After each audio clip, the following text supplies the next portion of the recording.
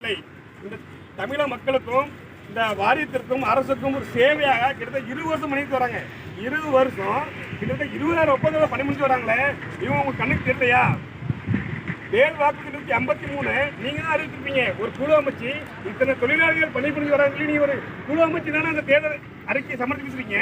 இன்னைக்கு அந்தந்த மாவட்டத்தில் டெய்லி அந்த மாவட்டத்தில் மில் ரிப்போர்ட்டு, இந்த பிளான்ல வடசலை பிளான்ல வந்து மாசம் மாசம் மில் ரிப்போர்ட்டு, எந்த ஒப்பந்தமும் பணிபுரியல, மேட்டூர்ல பணிபுரியல, தூத்துக்குள்ள பணிபுரியல, 38 மாவட்ட விநியோகத்திலையும் எந்த வேலையும் பணிபுரியல. அந்தந்த ஆபீஸ்ல எஸ்சி ஆபீஸ்ல இருந்து ரிப்போர்ட் போகுது. மூடி மறைக்கக்கூடிய வேலையா பாக்குறீங்க, சோத்துல முழு பூசைக்கு மறைக்கிறீங்க. ஆனா அதே தொழிலாளி மரணம் அடைகிறான், மின் கம்பத்தை ஏறி பணியும் போது மரணம் அடைகிறான். இதே பிளான்ட்ல மேட்டூர் பிளான்ட்ல ஒரு 3 மாதம் முன்னாடி 3 தொழிலாளி மரணம் அடைஞ்சிருக்காங்க. தூத்துக்குடியில கண்ணூர்பேட்டை சிக்கி மணல் மரணம் அடைஞ்சிருக்காப்ல. இதே பிளான்ட்ல கடந்த நாள் மரணம் அடைஞ்சிருக்காங்க.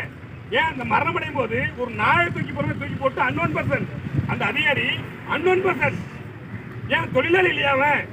இன்னைக்கு வடமான தொழிலாளர்கள் இன்னைக்கு பக்கத்துல பல பிளான்ட் வந்து பணிபுரிஞ்சு வராங்க, அவங்களுக்கு அனைத்து சலுகையும் கொடுக்குறீங்க. ஏன் தமிழக தொழிலாளர்கள் தேவையில்லையா? வடமாநில தொழிலாளர்களை ஊக்குவிக்க இதே தமிழக அரசு இந்த தமிழக இளைஞர்களுக்கு வேலைவாய்ப்பு அளிக்கிறீங்க, பல விஷயத்தை அளிக்கிறீங்க, முன்னுரிமை கொடுத்தோம், இளைஞர்களுக்கு வேலைவாய்ப்பு ஊக்கி கொடுக்குறீங்க. ஏன் இத்தனை ஆண்டு காலம் தன் வாழ்க்கை இழந்துட்டு ஆள வேணும்?